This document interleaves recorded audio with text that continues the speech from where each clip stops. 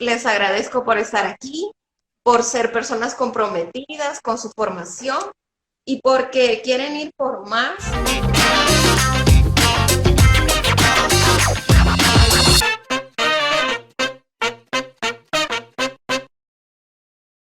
Muchas veces estamos ahí como en la queja de que, o sea, solo publican cosas negativas o qué sé yo, pero esta es una forma de cómo hacer un poco la contra, ¿verdad? De cómo uno decir, o sea, sí, o sea, la gente puede estar ahí con cosas, pero nosotros vamos a marcar la diferencia. Y a mí me encantó el doctor Senti, porque hace como un año o año y medio lo descubrí en Instagram. O sea, ya lo conocía en persona desde mucho más tiempo, pero hace como año y medio lo voy viendo en Instagram y yo dije, eso quiero yo. O sea, cuando lo vi comunicar y lo vi el nivel que tenía, o sea, me encantó, y me encantó la formación que él estaba dando. Y él, en buena onda, o sea, a mí por eso me cae bien, doctor Senti, porque, o sea, él sin más me dice su secreto. O sea, él no anduvo ahí que, o sea, no, él de un solo me dice, mire, doctora, yo hago así, esa. A ustedes no les voy a decir porque no hay tanta confianza. Pero lo importante es que yo al doctor Senti lo admiro por la persona que es, porque básicamente él siempre ha sido bien entregado con sus pacientes. No sé si me permite contar una historia allá por hace como 8.000 millones de años, donde tuvo la oportunidad de resucitar a una abuelita. ¿Se acuerda? No, no me acuerdo, sinceramente. No, es que lo que pasa es que usted era R1 y yo era R3. Entonces usted vino y la abuelita era de 105 años. Ah, y sí, sí, ya me acordé. Sí. Tenía una fractura, tenía un yeso, tenía todo la señora. Una fractura tipo sirenita, imagínense. Pero el doctor Senti estaba con todas las ganas de ayudar y de aportar y darlo todo por sus pacientes, que esa noche básicamente no durmió y resucitó a la abuelita, estaba muy entusiasmado. Y eso a mí, o sea, me cayó súper bien el ver el nivel de entrega que él tenía con sus pacientes. Y es algo que realmente lo admiro mucho y trato en la medida de lo posible también de llegar a ese nivel. Así que, o sea, les tengo, digamos, un ponente de nivel, alguien que se ha preparado no solo a nivel de una formación académica, sino que más que eso es una persona con excelente calidad humana. Así que él nos va a exponer y nos va a dar, digamos, la leche de cómo hacer el diagnóstico de la esofagitis y de los factores que influyen o cómo podemos nosotros también modificar algunas cosas, ¿verdad, Sergio? Claro, y no sé si los amigos que están con nosotros están con algún problema de la conexión o está bien con el video. No sé si nos pueden sugerir algo en este momento, porque yo lo veo bien, pues, pero no sé cómo lo están viendo los demás amigos. Así que si hay algún problema en cuanto a eso, nos pueden decir para arreglar lo que esté funcionando mal antes de dar inicio. Todo claro. Excelente. Muy bien. Bueno, pues quizás vamos a hablar sobre la esofagitis, que es una patología bastante frecuente. Tiene múltiples implicaciones, no solo la esofagitis tradicional que nosotros conocemos, que es por lo que el motivo de consulta de la mayoría de las personas, que es la que está asociada con el reflujo gastroesofágico. Muchas gracias, nos están confirmando que se ve muy bien y gracias a los amigos que se están uniendo. Entonces el reflujo gastroesofágico representa la primera causa de esofagitis y a la vez el reflujo gastroesofágico es la primera causa, o es decir, es la patología más frecuente de las enfermedades digestivas. Así que son, digamos, datos para tomar en consideración y ver la relevancia que tiene el tema que este día vamos a discutir. Y como bien lo decía la doctora, pues va a ser un tema así bastante corto, conciso y con un lenguaje dentro de lo que a todos nos va a gustar, en el sentido de que va a ser algo agradable. Estamos abiertos a las preguntas, esperamos que ustedes se unan, hagan preguntas y nosotros con todo gusto podemos irlas respondiendo. Pues como hablábamos de la esofagitis, quizás tendríamos que empezar un poco, así resumido, hablando sobre la anatomía del esófago. Y el esófago es básicamente una estructura cilíndrica que está diseñada para unir la faringe con el estómago. De hecho, es una estructura del tubo digestivo torácica. De hecho, es la única estructura del tubo digestivo que está en el tórax. Y tiene una medida variable, pero en promedio decimos que tiene unos 40 centímetros de longitud. Como les decía, es cilíndrica, muscular, y está compuesta de igual manera, a diferencia de todo el resto del tubo digestivo, ella solo está compuesta por mucosa, submucosa y la muscular, no tiene serosa. Y este punto es bien importante enfatizarlo, porque nosotros podemos ver que al no tener esa serosa, por eso es más riesgoso cuando hacemos procedimientos en el esófago, por eso los cánceres se pueden diseminar más fácilmente, y por eso también cuando hay daños en esta estructura, pues puede haber afectación también de lo que es la cavidad torácica, como pulmón, pleura, etc. Y es un músculo, tiene una musculatura longitudinal y una circular que permite el descenso de los alimentos hacia la cavidad gástrica. Eso en resumen de lo que es, está constituido por un tejido escamocolumnar no queratinizado, no queratinizado, que básicamente es blanco pardo, lo describen en anatomía o microanatomía, y tiene muchas funciones. En el esófago hay osmoreceptores, quimioreceptores, mecanoreceptores, o sea, receptores de presión, de osmolaridad, de acidez, y esto es muy importante cuando hablamos de la sintomatología. Pues como les mencionaba, la esofagitis básicamente en su palabra como tal lo que está diciendo es una inflamación del tejido del esófago. La esofagitis puede estar en cualquier tramo del esófago, pero es más frecuentemente asociado al esófago distal. En el esófago distal es donde frecuentemente vemos esta afectación. Y como les mencionaba ya, es más frecuentemente asociado con problemas de reflujo gastroesofágico. No es el único, ya que, por ejemplo, vamos a poner un tema en consideración. Recientemente veía un paciente joven, que lo referían por esofagitis, que estaba en tratamiento con los típicos inhibidores de bomba de protones, ¿verdad? Con su tratamiento estaba correcto, el médico estaba haciendo bien todo, estaba dando los medicamentos que debía dar, el paciente estaba cumpliendo la dieta, estaban haciendo pues las medidas higiénico-dietéticas para corregir ese problema, y sin embargo el paciente seguía mal, un paciente joven. El problema es que ya cuando se preocupó la familia de este joven de 23 años fue porque ya empezó a tener problemas para deglutir, ya había disfagia, ya se atoraban las comidas y tenía que bajárselas con muchos líquidos.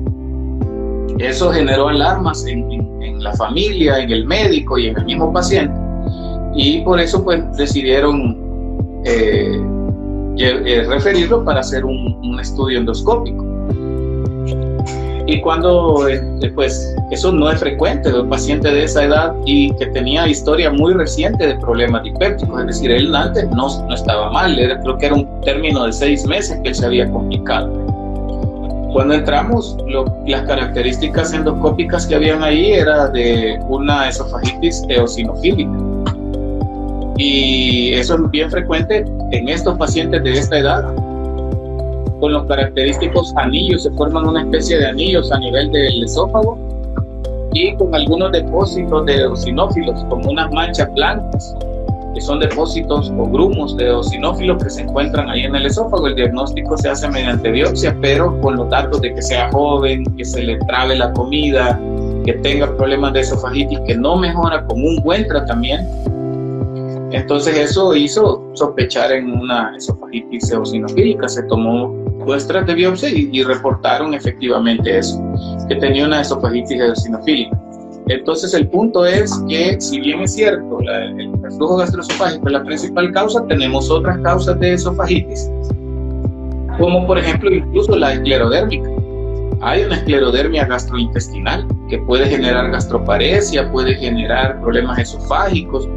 Es bien interesante el cuadro de la esofagitis. También puede haber cuadros nosotros dividimos ya como tal de la esofagitis por reflujo gastroesofágico, la dividimos en no erosiva y erosiva, ya que el tratamiento es básicamente el mismo, pero las implicaciones sí son diferentes. En la esofagitis no erosiva, el riesgo es que podemos tener una mucosa aparentemente normal en el estudio endoscópico. Y en la esofagitis erosiva, por supuesto, vamos a encontrar las típicas lesiones. Y en vista de eso, es importante no, dejar de lado los criterios clínicos, lo que nos enseñan a todos nosotros desde que empezamos la medicina, ¿verdad? Que es el hecho de empezar por ver los pacientes, su historia clínica, ver los factores de riesgo, su edad, el sexo y todas esas cosas que nos permiten a nosotros entrar mucho mejor en cuanto a la evolución del paciente, ¿verdad? No sé si al momento hay alguien que tenga alguna pregunta, alguna duda, podemos responderla con mucho gusto, y si no, podemos continuar un poco con respecto a la sintomatología de la esofagitis. Esas eran unas generalidades que habíamos hablado al momento de la esofagitis. Como vemos, no solamente es por reflujo, pero el reflujo es la más frecuente, pero puede ser por otras causas. ¿Cuáles son los cuadros? El cuadro clínico bien sencillo de la esofagitis es el dolor quemante detrás del pecho, ¿verdad? Ese es como lo primero. Lo segundo es la sensación de que la comida, hay un ascenso, el reflujo de los alimentos sobre el esófago, o sea, dentro de la cavidad torácica. La sensación de quemazón, esa sensación de ardor que siente la persona, esto se da básicamente porque las personas ya tienen una lesión de la mucosa, está quemada ahí la mucosita, y como la mucosa está quemada, el ácido entra en contacto y esto genera una sintomatología. Y el esófago tiene 3 barreras básicas para evitar el reflujo. La primera barrera básica que tiene para evitar el reflujo es el hecho de que la unión gastroesofágica está separada o está justo por debajo del pinzamiento diafragmático. Otro es el mismo esfínter, que es el método de defensa principal, ¿verdad?, del esfínter esofágico inferior. Y otro de ellos también es el diafragma plural. Eso permite que de forma externa es un reforzamiento sobre el esfínter y eso genera mucha ayuda. Ahora bien, en los mecanismos de fisiopatológicos por el cual se puede dar una esofagitis, nuevamente el número 3 está involucrado. Puede ser por una falla de válvula, que esta representa un 90% de los casos de esofagitis y de reflujo, que es porque la válvula pierde su tono, básicamente es la causa principal, o algunas otras problemas estructurales. Pero la primero es problemas del tono del esfínter. Segundo es el hecho de que la presión dentro del estómago, esté aumentada. ¿A qué se puede deber esto? Bueno, el volumen. Por eso siempre se da después de las comidas copiosas.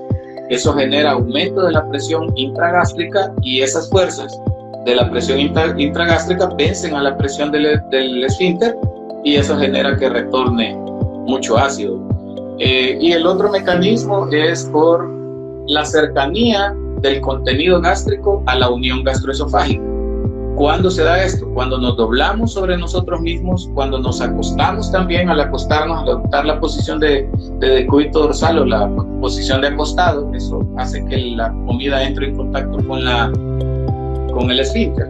También se puede dar cuando hay aumento de la presión intraabdominal. Por eso, ejemplo, el embarazo. Por eso vemos muchas mujeres que todo su embarazo están sufriendo de mucho reflujo y no paran, ¿verdad? Vaya, la doctora sabe ahí cómo se sufre eso. Es bastante complejo, ¿verdad? Sobre todo en las últimas semanas del embarazo, supongo. Ajá, sí. Se sufre de reflujo bastante. Yo me acuerdo que Agilasa tomé en ese periodo de embarazo. Es bastante retante el manejo del reflujo en la mujer embarazada, sobre todo en las primeras semanas de gestación, y porque normalmente los medicamentos que tradicionalmente usaríamos suelen ser pues contraindicados en esa etapa de la gestación, en las primeras etapas sobre todo. Y recién veía una pacientita que tuvo su bebé y le digo, ¿cómo le fue con los vómitos? Desde que inicié hasta que tuve al bebé, los vómitos no se detuvieron, o sea, es un problema. Entonces el embarazo hace que haya un aumento de la presión intraabdominal y eso genere más reflujo. Otro ejemplo de aumento de la presión intraabdominal son los pacientes cirróticos. Los pacientes cirróticos tienen, por la ascitis, eso aumenta la presión, comprime el estómago y las presiones intragástricas ya están aumentadas, aún con pequeñas ingestas. Entre otros, otro de los ejemplos que hace que la cercanía de los contenidos gástricos esté muy próxima a la unión gastroesofágica es cuando tenemos los pacientes con hernias del hiato, ¿verdad? Y es un problema estructural, es muy complejo. Recién tuve un paciente joven, creo que 33 años, hace 2-3 días llegó a la clínica las respuestas de las tomas de biopsia, pero era un paciente con larga evolución de problemas de reflujo, que tomaba los inhibidores de bomba, que hacía algunas que otras tomaba medidas para mejorar ese problema y él seguía mal. No recuerdo muy bien si fue algún colega que lo vio, él tomó la decisión de hacerse la prueba, pero se hizo la endoscopía y encontramos una hernia gigante donde ya el contenido del estómago estaba dentro de la cavidad, dentro del saco herniario, ¿verdad? Ya estaba ascendiendo. Cuando accesamos a la porción distal del esófago, encontramos erosiones ya con un esófago de Barrett, que ya es una complicación del reflujo, ¿verdad? El ácido está llegando constantemente a la mucosa del esófago y la mucosa esofágica no fue diseñada para tolerar esos ácidos, y en un afán de defenderse, la mucosa esofágica muta hacia un tejido columnar. Después de ser escamoso se vuelve columnar para defenderse mejor de ese daño. Sin embargo, esto es la causa principal del adenocarcinoma del esófago, es decir, del cáncer del esófago. Entonces tuvimos que hacer biopsias. Tenemos unos protocolos, que es el protocolo de Seattle, que es la manera en la que vamos a tomar biopsias dentro de esa unión gastroesofágica en ese esófago distal, para poder hacer pesquisas de un cáncer gástrico. Gracias a Dios salió negativo a cáncer, solo el esófago de Barrett, pero ya el Barrett en sí ya representa una lesión premaligna.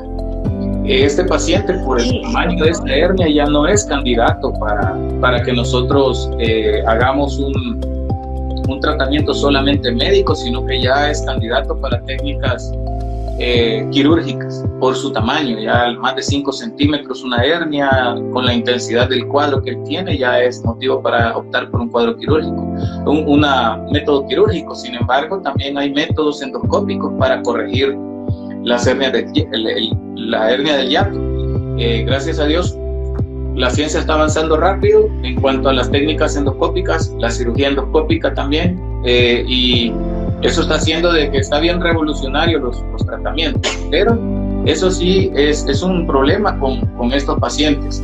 Lamentablemente él nunca pasó una consulta, pero él tenía ya síntomas horribles: despertares nocturnos, despertaba ahogándose, se sentía muy cansado. Y esto viene a otro punto. En el esófago, por la esofagitis, podemos tener síntomas gastrointestinales y síntomas extragastrointestinales. Los síntomas gastrointestinales son los que ya todos conocemos: el reflujo, las agruras que le llamamos, ¿verdad?, el ardor, la quemazón detrás del pecho, que sube la comida, etcétera. Pero los síntomas extraintestinales o extragastrointestinales se dan cuando los contenidos de ácido ascienden por encima del esfínter esofágico superior, pasan el esófago medio y sobrepasan el esfínter esofágico superior.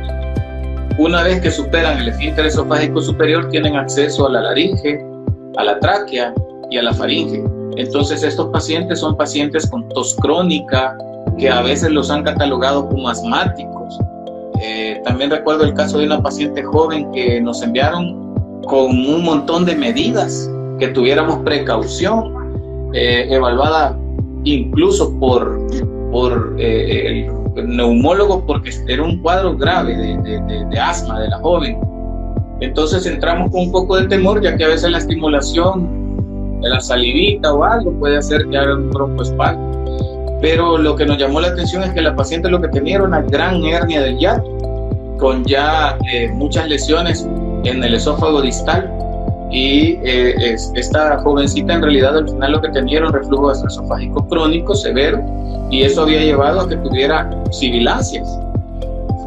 Tenía sibilancias, ella le pillaba el pecho, ella tenía disfonía y tenía tos nocturna y usaba broncodilatadores para poder mejorar esto, pero los síntomas no cedían, ella no mejoraba.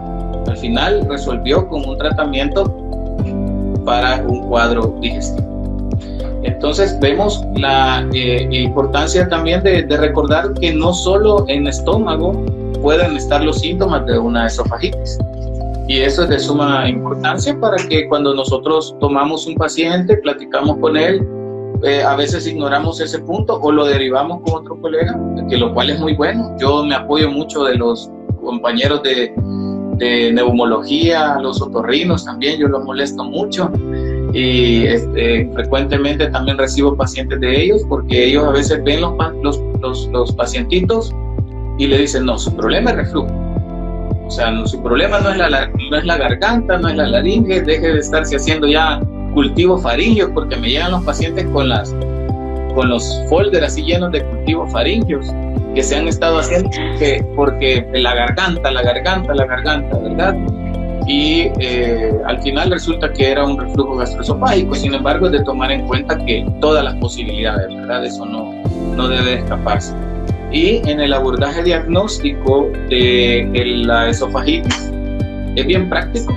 Básicamente la historia clínica, los datos que nos da el paciente, a nosotros ya casi que nos aportó el 90% del diagnóstico. También lo mencionan algunos esquemas, es el hecho de usar por una semana los inhibidores de bomba de protones, es decir, un pantoprazol, un esomeprazol, un dexlansoprazol, para que el paciente pueda el médico hacer una prueba terapéutica en su paciente, y si los síntomas resuelven eficientemente, pues ya sabemos que tiene una enfermedad por reflujo gastroesofágico. La esofagitis estaba siendo causada por el reflujo del ácido sobre el esófago.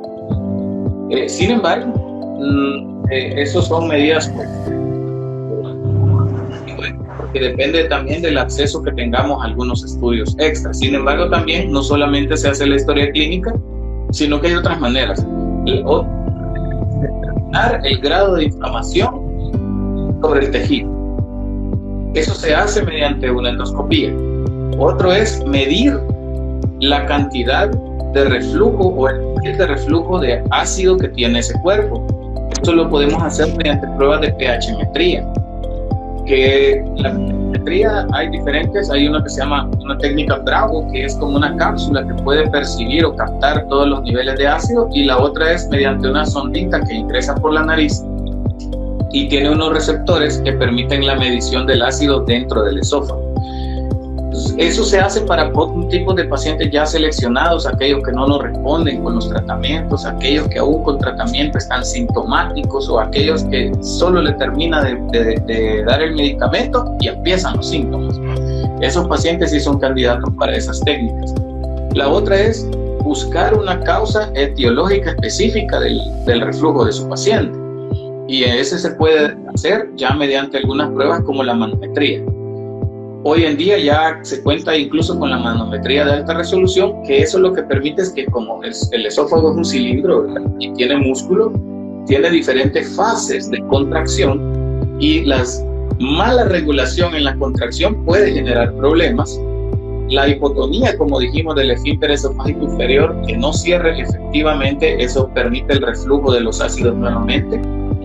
Todas esas cosas pueden generar problemas en nuestro paciente, y lo podemos resolver mediante estas técnicas como es la manometría, aparte de otras enfermedades que podemos diagnosticar como la acalasia, por ejemplo. La acalasia, la técnica diagnóstica es la manometría de alta resolución, y no solamente para saber si es acalasia, sino el tipo de acalasia que tenemos, así para poder distinguir qué más está sucediendo con nuestro paciente o qué podemos hacer más con nuestros queridos pacientes en ese caso. Así que esas técnicas son muy importantes. También es importante mencionar un tema acá que no se me tiene que escapar. Yo dije no se me tiene que olvidar, no se me tiene que olvidar, y es la dispepsia funcional. La dispepsia funcional es un paciente que tiene síntomas dispépticos como tal, que hacemos estudios y estructuralmente eso está sano, pero el paciente tiene muchas molestias persistentes. Y eso es de suma importancia nosotros tomarlo en cuenta, porque algunas veces hacer también la distinción de la esofagitis no erosiva, porque la endoscopía puede decir está normal porque no hay erosiones, pero al hacer una técnica más apropiada, como por ejemplo la toma de biopsia, nos puede decir que ya hay primeros signos de inflamación, ¿sí? Y esto puede darnos a entender que es una esofagitis no erosiva. Si bien es cierto, todavía no hay erosión, pero ya hay inflamación, y esto es un indicador de que hay reflujo. Pero en la dispepsia funcional es un paciente que hacemos el abordaje correcto con las medidas, que ya las vamos a tratar más despacio con el tratamiento. Le damos todas las medidas dietéticas para el reflujo, damos el tratamiento apropiado de reflujo, pero el paciente sigue persistiendo con los síntomas. Hacemos una endoscopía y está totalmente normal, y eso se trata como una dispepsia funcional. La dispepsia funcional puede mejorar incluso con los prokinéticos, como la domperidona. Por ejemplo, a mí me gusta más la domperidona que la metoclopramida, porque la domperidona tiene menos efectos adversos. Y algunos pacientes pueden tener algunas molestias con la metoclopramida, ¿verdad? Ya los efectos que conocemos, que puede haber hasta trastornos extrapiramidales, entre otros. Y por eso yo prefiero a veces la domperidona, entre otros. También tenemos otros prokinéticos muy buenos, pero ese es uno de los más efectivos. Entonces, si el paciente aún así no mejora, usted ya le dio inhibidores de bomba de protones, ya le dio prokinéticos y el paciente no mejora, el problema es entonces una dispepsia funcional. Y la dispepsia funcional se puede tratar eficientemente con neuromoduladores. Hoy en día ya manejamos eso del eje cerebro-intestino.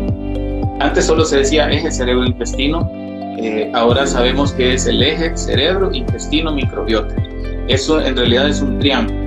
Si su microbiota intestinal está mal, usted va a tener problemas digestivos. Si su intestino está mal, puede tener problemas neurológicos o al menos sintomatología de ansiedad y todo. Y si usted está mal emocionalmente o tiene problemas neurológicos de algún tipo, también puede tener efectos sobre su tubo digestivo. Así que los neuromoduladores van en ese camino, en ayudar a corregir los problemas dispépticos funcionales. Así que es muy importante, porque es frustrante a veces cuando nosotros atendemos un paciente, damos los medicamentos que tenemos que dar, damos las recomendaciones que tenemos que dar, pero nuestro paciente no mejora. Así que es muy importante también tomar en cuenta ese otro punto de la dispepsia funcional. Doctor, ¿y usted cuándo sugiere que alguien se realice la endoscopía? Qué buena pregunta. Los protocolos bueno, quizás ahí vamos a hablar un poco que por ejemplo, países como Japón, como Chile, han estado siempre a la cabeza del cáncer gástrico. Y menciono esto porque eso es lo que ha llevado a establecer ciertas recomendaciones en cuanto a la realización de un estudio endoscópico. Y hoy día se sabe que una vez llegamos a los 40 años, tenemos que hacernos un estudio endoscópico cuando no tenemos síntomas, por supuesto. Y al llegar a los 50 es recomendable la colonoscopía, de igual manera, por supuesto, cuando no tenemos síntomas, es como parte del screening. Estos países hicieron eso justamente, tomaron esta medida. Incluso tengo una amiga que es rusa, pero vive en Brasil, se casó con un brasileño. Y ellos me comentaban que estuvieron un tiempo en Japón y estuvieron trabajando allá. Y había jornadas que llegaban como a las empresas, como a las maquilas, y donde llamaban de 100 en 100 y metían los pacientes a hacer los estudios endoscópicos porque tenían que bajar la frecuencia del cáncer gástrico. De igual manera, yo tuve la oportunidad de formarme en Brasil y allá era de ley, incluso había un convenio entre sería como el equivalente a la alcaldía del lugar donde yo estaba, como la provincia, por así decirlo, y estábamos en la propia capital del estado.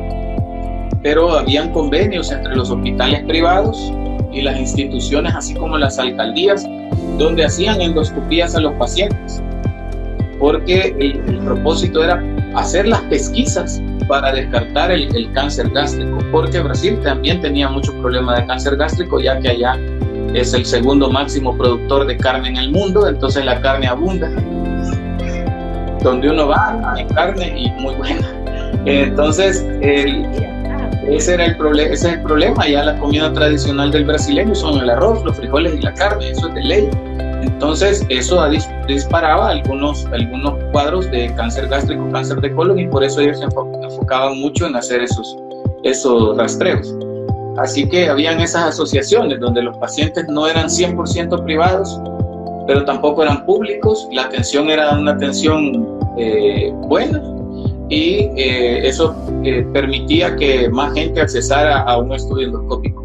O sea, ellos creo que era como, no recuerdo bien ya, pero eso fue en el 2017, pero creo que era el 50% o el 60% que ponía no recuerdo cómo se le dice, pero era como la alcaldía, por así decirlo, lo que sería el equivalente aquí a la alcaldía, y el paciente ponía la otra parte. Eso ayudaba mucho a la gente, diagnosticaban los cánceres. Es como más accesible. Sí, eso lo volvía más asequible, y mucha gente que no hubiera podido hacerse un estudio, pues se lo hacía. Entonces eso es muy, muy importante lo que usted decía, doctora. 40 años sin síntomas es motivo para un estudio endoscópico. Ahora bien, claro, un paciente puede estar joven, pero si hay síntomas de alarma, debería de realizarse un estudio endoscópico. O aunque no esté joven, pero si hay signos de alarma, por ejemplo, pérdida de peso, disfagia, o sea que ya la comida se empieza a atorar. Yo antes comía bien, eso nos lo cuentan la mayoría de veces los pacientes mayores, ¿verdad? Yo comía bien, fíjese que comía mi carnita, pero cada vez tuve que ir deshaciendo mejor la comida para que me bajara, y luego ya hoy tengo que tomar mucha agua para que baje la comida, y luego ya no puedo nada, solo agua me puede bajar. Generalmente los síntomas ya cuando hay una dispepsia, cuando hay una disfagia, ya estamos hablando que el diámetro del esófago distal por lo menos andará por unos 11 a 13 milímetros. Sin embargo, ya ese todavía es tolerable, pero ya tiene que tomar mucha agua, ¿verdad? Ya cuando bajamos de los 9 milímetros, ya el paciente tiene disfagia casi que a todos los alimentos, salvo los líquidos muy claros. Y de igual manera, también hay que contar esto, que la esofagitis, una de las consecuencias de la esofagitis, aparte del esófago de Barrett, que dijimos que es una lesión premaligna, porque el Barrett está asociado al adenocarcinoma esofágico, también puede haber estrechez o estenosis del esófago, sobre todo el esófago distal. Son estrecheces muy variables, pero generalmente son estrecheces simples, son cortas y son anatómicamente, siguen el eje axial del esófago. Y tenemos técnicas endoscópicas que podemos hacer dilatación con bujía, dilatación con balón, para devolver el diámetro por lo menos más accesible. Aparte, también hay algunas prótesis que se pueden colocar, que son las más utilizadas, son las autoexpandibles, las metálicas, prótesis metálicas autoexpandibles. También hay plásticas, hoy ya hay unas que se reabsorben ellas solas, están hechas de un material similar al hilo de suturas, y más o menos en 3 meses ellas se degradan. Esto sirve tanto para las malignas como las benignas. El problema de esto es que se pueden movilizar y se pueden migrar, pero también se puede hacer dilatación con balón. Entonces es un riesgo, porque a veces los pacientes, de repente, sobre todo los pacientes ancianos que han tenido reflujo no tratado, de repente dicen que tuvieron una impactación alimentaria. Y yo hace unos días, creo que no, hace unos 2 meses, recibí un paciente que me lo mandaba un doctor internista, de los bárbaros. Yo no tuve la oportunidad de pasar con él, pero sí recuerdo, doctora, que ustedes creo que sí iban con él, con Billy, creo que iban a su casa. El doctor le gustaba mucho la docencia. Pues al doctor... El maestro. ¿Hola? El maestro. No. Sí. Maestro. Sí. Entonces a él se lo enviaron y por un infarto. El paciente tenía un dolor torácico súbito. Tenía un dolor torácico súbito, se lo envían, el doctor lo evaluó, el cuadro clínico no le pareció, revisó mediante un electro y me lo envió para una endoscopía. Lo que encontré fue una impactación alimentaria. Estaba trabada la comida ahí. El bolo. Sí, estaba justo en el esófago distal. Eso estaba generando un dolor intenso. Esa zona es muy sensible. Estaba generando un dolor intenso que simulaba un infarto. Cuando entré, lo primero que encontré fue la comida atorada, que fluía el 100% del espacio del esófago, de la luz esofágica. Hacemos una técnica de empuje. Algunas veces es bueno hacerlo, pero con cierta prudencia, porque a veces puede haber un tumor justo detrás de ahí y podemos hacer una perforación. Pero sí se pudo. Dejamos el polo impactado, cayó a estómago, pero justamente cuando se liberó pudimos ver que había un tumor en la unión gastroesofágica. De hecho, venía del cardias y asistía hacia la unión. No era así, mamá. ¿Hola? Había algo. Sí, había. No era así. Ya tenía el tumor ahí en el cardias y estaba obstruyendo la luz del esfínter esofágico inferior, y eso había hecho que se generara la impactación. Y es la historia tradicional de un paciente mayor con una impactación alimentaria. Pensamos que puede ser secundario a un problema de la motilidad esofágica o para un cáncer. Si es joven, si es un paciente joven con impactación, lo primero que pensamos en esofagitis eosinofílica. Entonces eso pasó con este señor. Yo tomé las biopsias respectivas y todo, pues le hicieron el procedimiento quirúrgico para liberar la masa de ahí, del esófago distal. Pero sí, son casos que suelen pasar,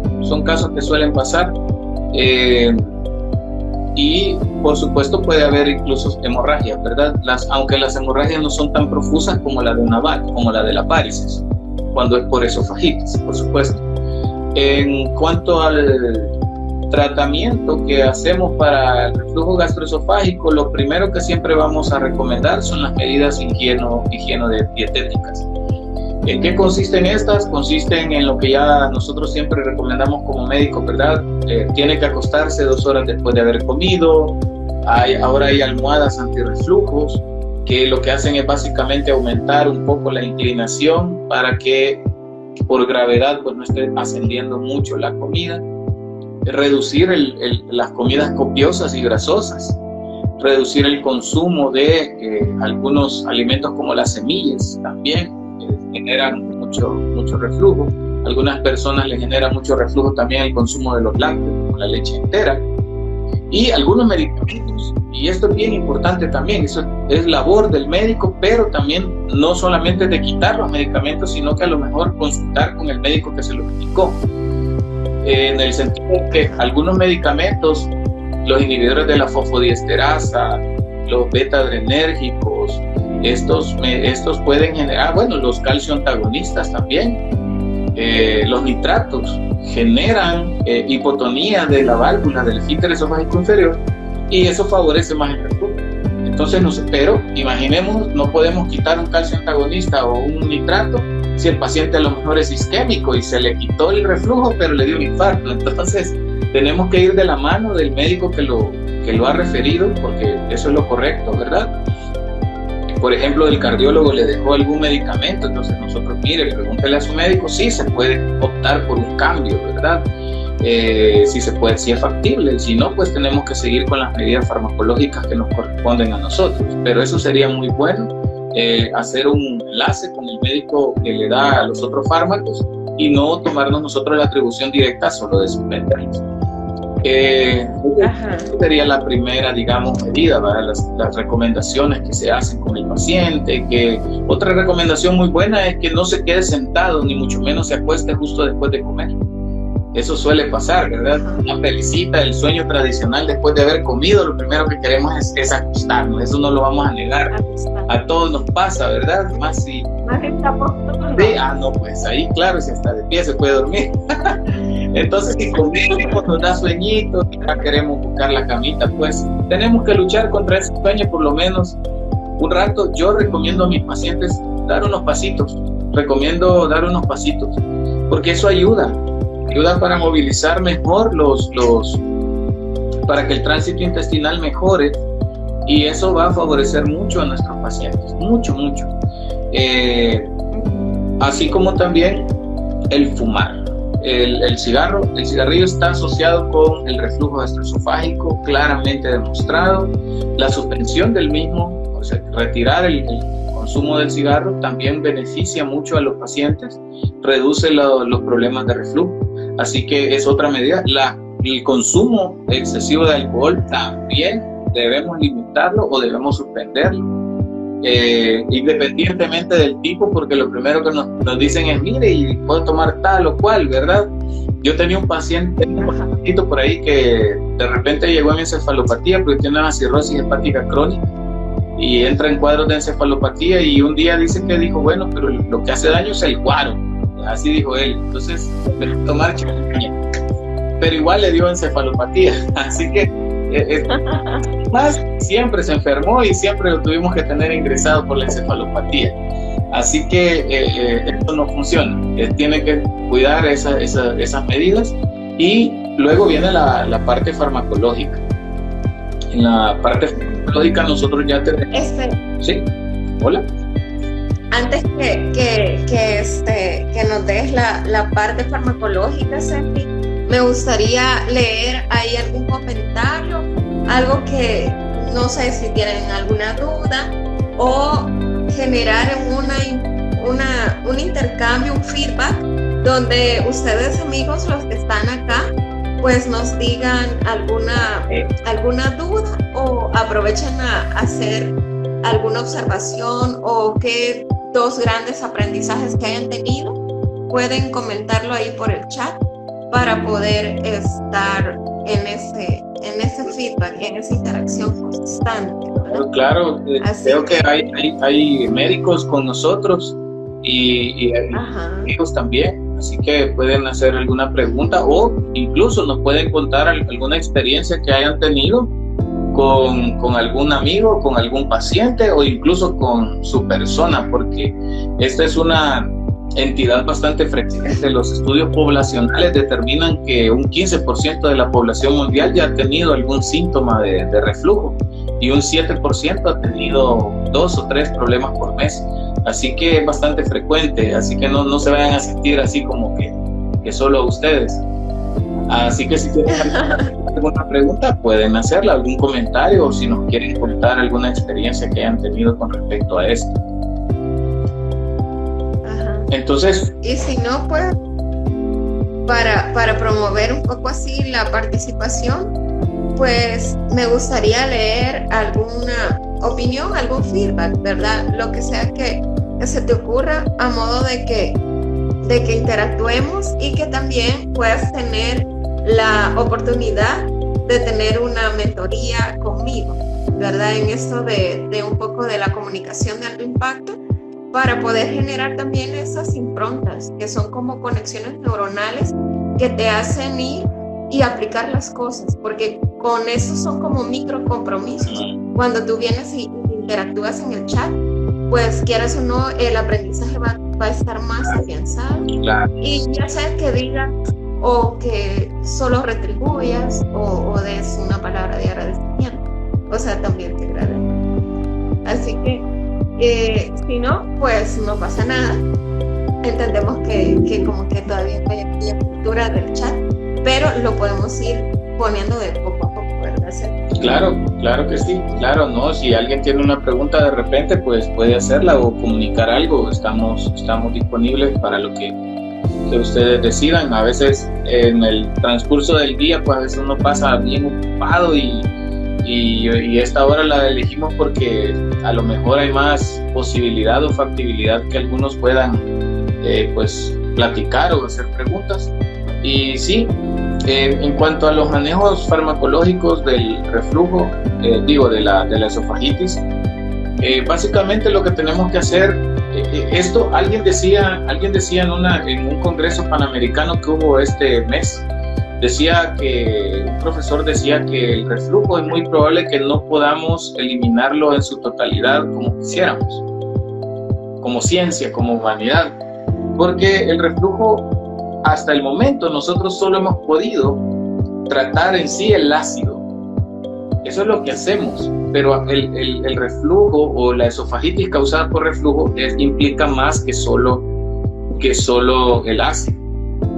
Tiene otros mecanismos, como decíamos, la hipotonía, problemas de la motilidad y todo eso. Está un poco largo para que podamos erradicarlo en su totalidad. Así que mientras tanto tenemos que conocer las herramientas que nos permiten a nosotros solventar estos problemas en nuestros pacientes. Lo correcto siempre es iniciar con como dijimos, medidas higienodietéticas, que son las recomendaciones de los medicamentos que hay que cambiar, algunas cuestiones ya como del día a día del paciente, el fumar, el tipo de consumo, la cantidad de consumo de alcohol, las comidas copiosas y todo eso. Y finalmente también tenemos que recomendar al paciente los fármacos. En cuanto a los fármacos, tenemos que saber primeramente que decíamos que en el abordaje es muy importante el origen o la etiología de esta esofagitis. Por ejemplo, si fuese una esofagitis eosinofílica paciente, ellos mejoran bastante bien con esteroides y por supuesto los inhibidores de bomba de protones van en una segunda línea, y entre otros medicamentos. Y por ejemplo, si fuese incluso hay esofagitis virales, también nos hemos topado con las esofagitis virales y esos tienen un tratamiento totalmente distinto. Mira, estoy leyendo, doctor, que dice la doctora Sara López. Dice que gusto verles, grandes médicos, tutores. Me gustaría saber si es válido indicar prueba de Helicobacter pylori en este tema de reflujo. Vaya, mucho gusto, doctora, y qué buena pregunta acaba de hacer, y ahí tengo que reconocer un mea culpa porque no mencioné la relación que hay entre el Helicobacter y el reflujo. Y gracias por su comentario. Así, efectivamente, cada vez que vamos conociendo un poquito más del Helicobacter, que un día podemos hablar también más ampliamente sobre él, cada día nos vamos dando cuenta que tiene un montón de implicaciones. Al inicio, en algunos inicios de la medicina o cuando fue descubierta, se creía que era algo normal, natural. Incluso he escuchado aún hoy en día que a los pacientes les dicen: no, si eso todos lo tenemos, usted no tiene por qué tratarlo, y no lo tratan. Cuando el Helicobacter pylori está en el 90% de todos los adenocarcinomas de estómago. Así.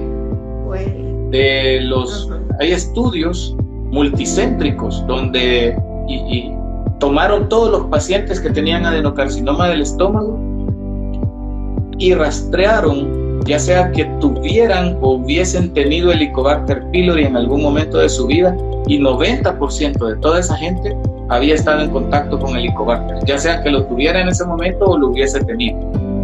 Así que el Helicobacter, hay que dejar en claro que es un microorganismo que hay que erradicar. Esto se maneja desde el año 2014, que se tenía que erradicar completamente el Helicobacter.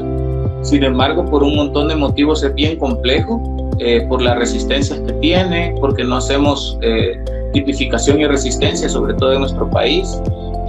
Cuando desarrollamos el de gastroenterología clínica con las guías de práctica clínica con la Sociedad Colombiana, sí, ahí sí hay estudios de tipificación y resistencia, es decir, que un paciente que no resuelve con un tratamiento estándar de Helicobacter, le hacen tipificación. Entonces, con respecto al tema de la doctora López, excelente, sí debe de pesquisarse, porque hoy en día se sabe que el Helicobacter también está asociado con el reflujo. Bueno, no hoy en día, ya se sabía que el Helicobacter estaba asociado con el reflujo.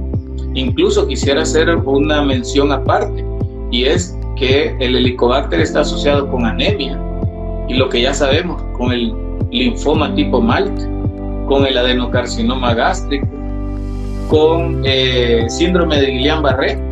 Eso pareciera como sacado, pero sí está asociado con las anemias ferropénicas sin explicación. Si usted tiene un paciente con anemia y no le encuentra nada, mándale un sangre oculta en ese. Si está negativo, igual sería ideal hacer un estudio endoscópico superior. Si ya hizo todo lo que tenía que hacer y no lo encontró, es muy prudente hacerlo, porque el Helicobacter también está asociado con esto. Así que sí, doctora, es muy importante. Hay estudios, si bien es cierto, no son multicéntricos, pero hay estudios bastante buenos que han observado una reducción completa en los síntomas de reflujo en los pacientes que han recibido tratamiento por Helicobacter pylori. Así que es muy, muy apropiado, y creo que eso lo vemos en el día a día con nuestros pacientes. Nos dicen, ahora justamente me decía una paciente, fíjese que desde que me dieron el medicamento para el Helicobacter, el reflujo se me quitó. O sea, yo ya no volví a tener reflujo. Ella llegó por otro problema digestivo, pero no era ya el reflujo. Pero ella muy claramente me dijo eso. Después de que yo recibí tratamiento para el Helicobacter, se me quitó el reflujo.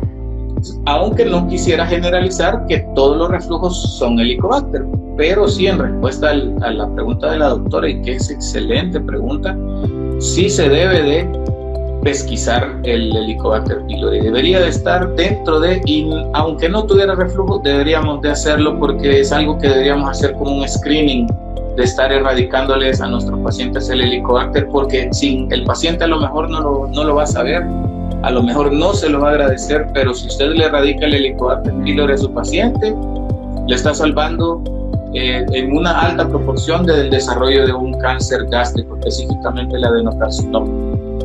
Así que sí, excelente. Dice Laura también, saludos, los recuerdo a ambos, excelentes médicos. Y dice Maggie Alice, MG Alice, el mejor doctor, nuestro ángel, saludos, doctor C. Muchas gracias, un gusto. Y MG Alice. Y M Aguirre dice, excelentes médicos. Y espérame que ahorita hay un mensaje también que es más bien pregunta, ya te digo, es de Laura. Dice que ella padeció un tiempo de reflujo, sobre todo en sus embarazos, por ahí por las 38 y 40 semanas en sus 2 embarazos, y que actualmente como que su mamá también padece, que ya perdí donde lo estuve leyendo. Aquí está.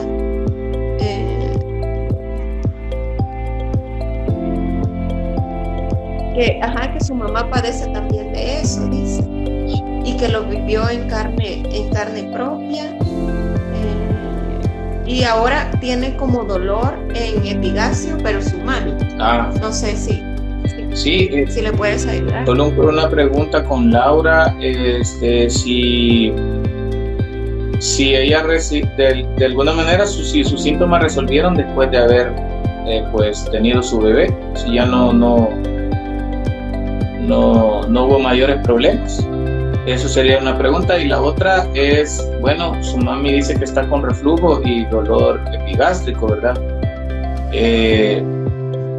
Bueno, importante la edad, pero para saber la edad, pero igual es muy bueno el hecho de que empecemos siempre, cuando hay problemas en eso, yo siempre le recomiendo al paciente hacer como una autoevaluación. Es decir, ¿qué estoy comiendo? ¿Cuánto estoy comiendo por cada ocasión? ¿Cuánto tiempo dejo que he comido? ¿Cuánto tiempo dejo antes de ir a acostarme? Si realizo actividades físicas, por ejemplo, salir a caminar. Son cositas bien sencillas. Si ingiere bebidas alcohólicas, si fuma. Es como una autoevaluación. Yo no quiero, como en ese momento, no quiero como ser como un juez, sino que solamente le digo, haga esa evaluación y empiece por ahí. Empiece a cambiar esas cosas, arréglelas, y si aún así los síntomas persisten, entonces, o no tiene ninguna actividad negativa, no hace nada negativo sobre su cuerpo, está cuidándolo mucho, pero igual tiene síntomas, pues entonces es el momento de abordarlo. En esa ocasión, en ese momento, si ya se hicieron todas las medidas y persisten las molestias, lo ideal es que ya demos un tratamiento con inhibidores de bomba de protones. Hace años había salido un estudio donde decía que todos los inhibidores de bomba de protones como tal daban el mismo beneficio y que no había diferencias entre uno de primera generación o uno de segunda generación. Sin embargo, no es así. Ahora sabemos que hay diferentes medicamentos que pueden ayudar más en ciertos grupos poblacionales. Por ejemplo, si la pacientita que está con el dolor en la boca del estómago tiene que se me va a acabar la carga. Bueno, y está con muchos problemas de estomaguito, ¿verdad? Y ella padece de otras enfermedades. Por ejemplo, tiene problemas, imagínense que usa clopidogrel, que usa warfarina, usa algún otro medicamento que pueda generar interacciones en el hígado. Pues entonces nosotros recomendamos el uso del pantoprazol porque es el que tiene menos interacciones. Tiene un tiempo eficaz de acción, pero también tiene su lado flaco, por así decirlo. Entonces eso es lo que siempre recomendamos. Veo que tenemos 20 y algo de segundos ya de conexión, es por el tiempo que tengo a Instagram. Así que eso sería básicamente.